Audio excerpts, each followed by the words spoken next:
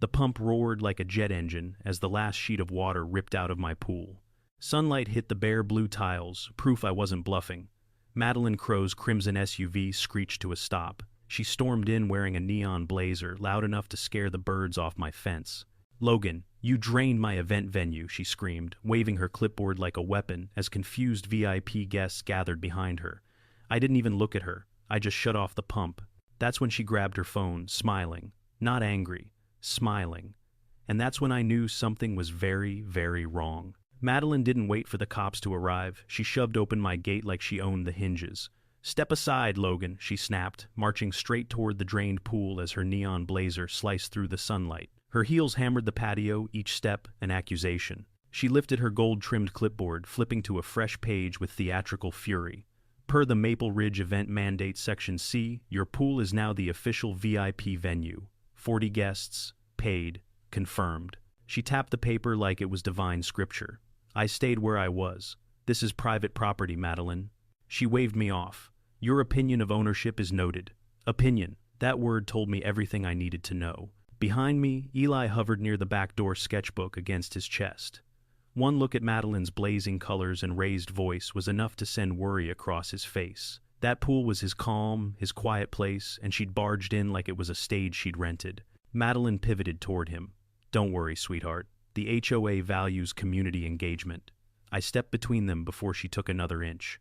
"You're done here, Madeline." Her smile, hardened plastic brittle. "No, you're done. Flyers printed, vendors booked, money collected. This event is happening whether you like it or not.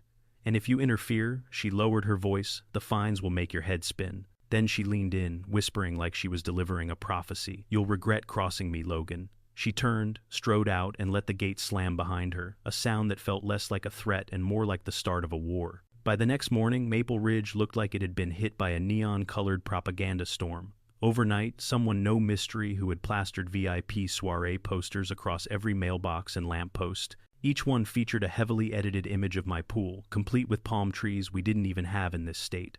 Eli brought one inside, hands trembling. "She's telling the whole neighborhood it's happening," he whispered. I took the flyer. At the bottom, in looping gold script, it read, "Hosted by Maple Ridge HOA President Madeline Crow. Venue private pool, Oasis." No mention of the actual owner.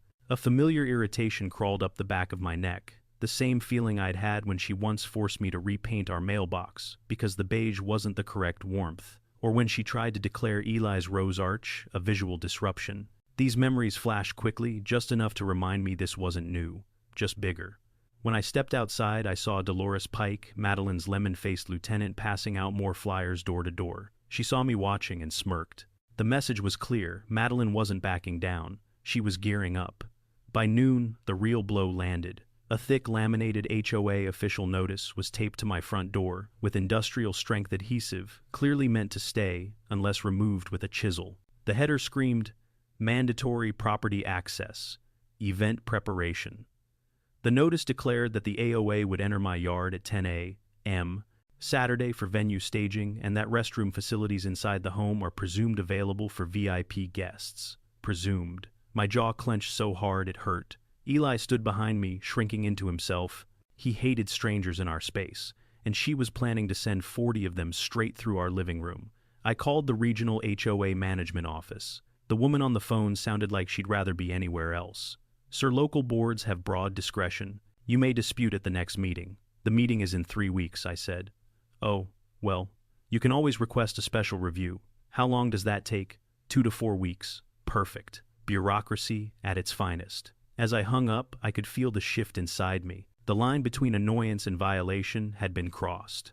Madeline wasn't just claiming my pool now. She was claiming my house. That was not happening. The escalation turned financial that afternoon. Roy Baxter, our unofficial neighborhood intelligence agency, strode across my lawn holding his phone like a bombshell. "Logan, buddy, you need to hear this." He hit play. A voice recording crackled through the speaker, Madeline, at the Maple Ridge Clubhouse, bragging loudly to someone. 40 VIPs confirmed, tickets paid, non-refundable, caterings booked, and yes, of course, the venue's secured. Logan's pool is the crown jewel. He'll comply once he realizes the event is locked in. Tickets. Paid tickets. To my property. My stomach tightened. She's running a business off your backyard, Roy muttered. And from the sounds of it, she already spent some of the money. I looked toward Eli, who was sitting on the porch steps, sketching quietly, unaware his safe place was being sold, like a theme park pass.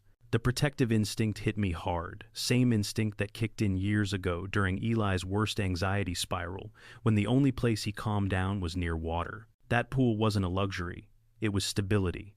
And she wanted to turn it into a circus. That was the moment my plan solidified. It wasn't about confrontation, it was about control. She couldn't use what didn't exist. The pool was going dry. The next day, as predictably as sunrise, Madeline struck again, this time with legal theatrics. I received 3 emails in a row, written in bold blue text. Failure to comply will result in compulsory fines, interference with HOA, event preparation is a violation, consequences will be immediate and significant. Immediate and significant. She really loved dramatic adjectives. Outside luxury SUVs began slow cruising down our street. Not police, worse. Early arrival VIP guests scouting the exclusive venue. One Tesla even paused long enough for the driver to snap photos over my fence. I was done watching. I gathered everything. My deed, the Maple Ridge Master bylaws, a printed notice declaring pool closed, owner maintenance, and my industrial-grade pump. A quiet confidence settled over me. I'd dealt with paper shields and bureaucratic noise in my work before. Documentation always wins over ego. This wasn't going to be a shouting match. It was going to be a legal shutdown. Saturday dawned bright, too bright for the kind of battle I was preparing for. The sun hadn't fully cleared the tree line when I carried the pump out to the deep end, lowered it into the water, and flipped the switch. The machine growled to life, vibrating through the stone patio. Water surged through the hose and drained away in a glittering rush. Eli emerged from the doorway, eyes widening. "We're really doing it," I nodded. "We are." He surprised me with a grin. "Good." 20 minutes later, Roy showed up with a box of donuts and lawn chairs, as if preparing for a front row seat. "Operation Dry Crow," he declared, proudly settling in. By late morning, the shallow end was bare tile. That's when the crimson Lexus GX screeched onto my curb. Madeline burst out, Dolores scurrying behind her. And because poetic timing is real, 3 early VIP guests stepped out of a glossy black Mercedes right behind them. Madeline saw the empty pool and went white-hot, furious. "What have you done?" she screamed. "This is sabotage, HOA property destruction." "This is my yard," I said. "You'll pay fines for this. You'll be sued." I raised a hand. "Madeline, I know about the tickets." She froze. Her eyes flickered, not with anger, but panic. That's when she grabbed her phone. 911. Yes, I need officers immediately. The homeowner is vandalizing an HOA venue. The moment she said it, I knew. There was no going back now. The climax had officially begun. The sirens cut through Maple Ridge before the first VIP could finish complaining about the unexpected drought aesthetic of my empty pool. 2 patrol cars rolled up, lights flashing, engines humming low, drawing neighbors out like moths to blue and red flames. Sergeant Nolan stepped out first, tall, steady, unimpressed by drama. Officer Reyes followed already, scanning the crowd of overdressed guests, shifting awkwardly on my sidewalk. Madeline sprinted toward them, waving her clipboard like she'd been waiting her whole life for this moment. "Officers!" she cried. "Thank goodness, this homeowner," she stabbed a finger at me, "has deliberately sabotaged HOA property and destroyed our community fundraiser venue. Arrest him, arrest me, over my own pool." Nolan blinked once, slowly. "Ma'am, let's start with basics.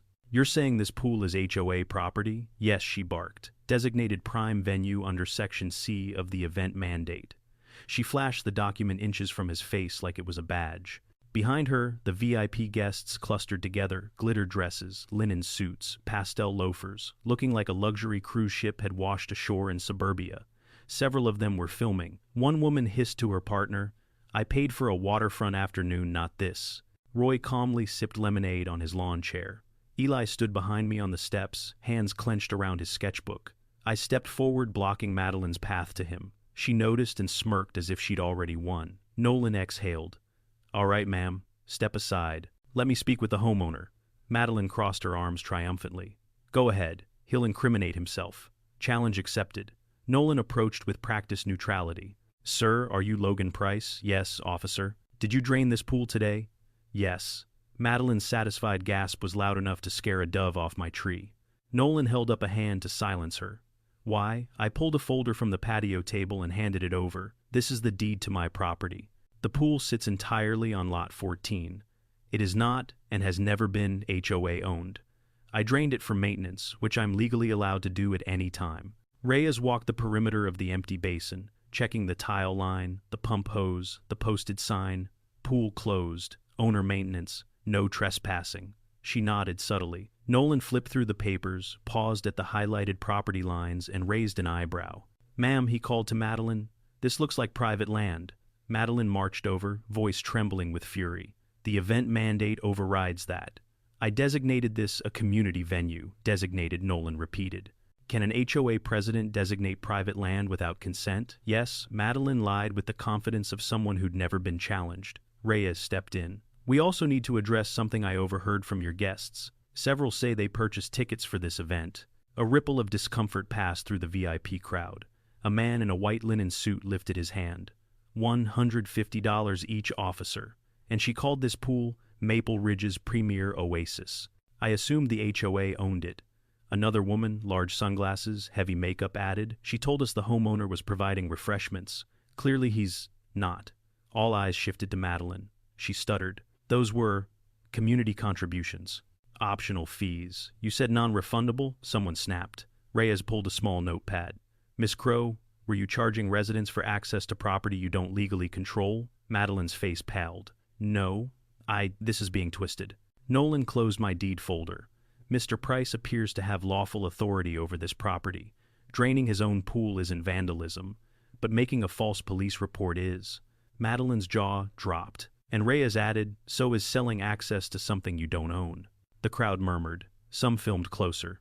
Madeline took a step back, then another. The cracks were finally showing. The lawyer-looking VIP, slick hair, navy suit, tight jaw, stepped forward. "Miss Crow, I want a refund today. And, depending on what I hear from these officers, I may pursue additional action." "Refund," someone echoed. "Me too. This is outrageous. You said there'd be catering." Suddenly, Madeline's VIP soiree was turning into a very expensive mutiny. No, everyone calm down," Madeline pleaded, hands shaking.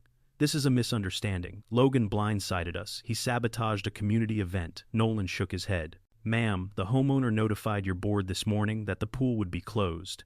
We verified the letter. This wasn't sabotage. This was maintenance." Dolores Pike, who'd been hiding behind the guests, slowly slid backward, and then outright fled. Cowardice has a speed, and she reached it. Madeline whirled, eyes wild.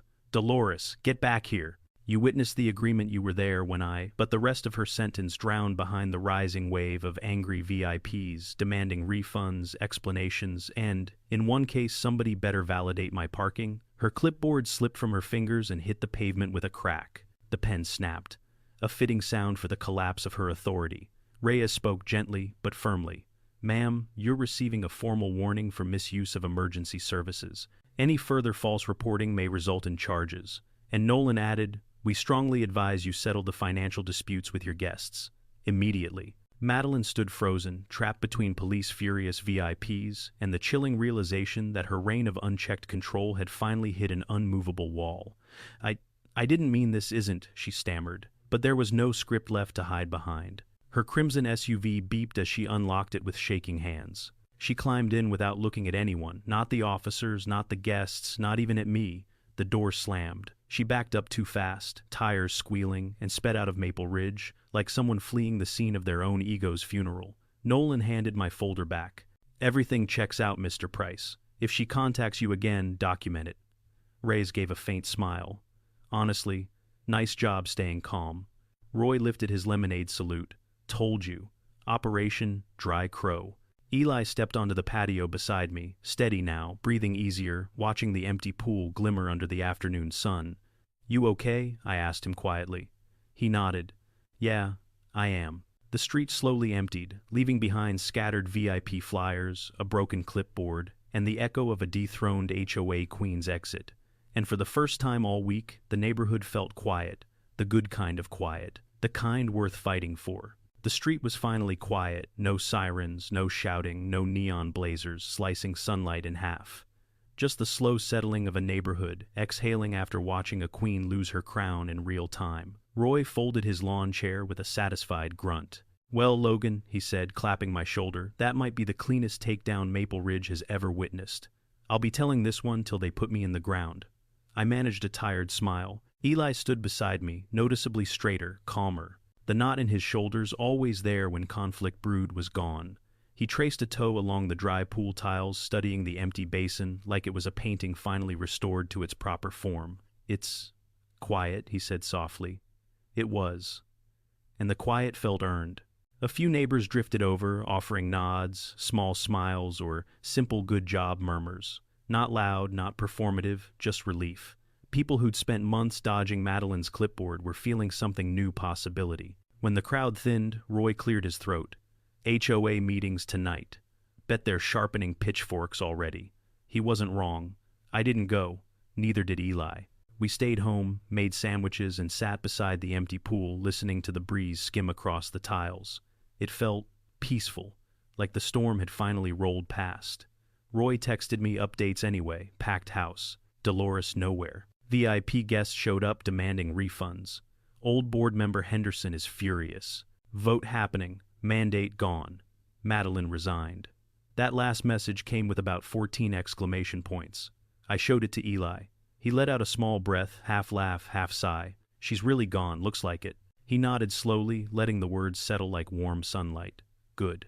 The next morning, a crisp formal letter was pinned to the Maple Ridge notice board, resignation of RA President Madeline Crow effective immediately. No apology, no explanation. Just a clean vanishing act, fitting for someone who'd built her authority on theatrics.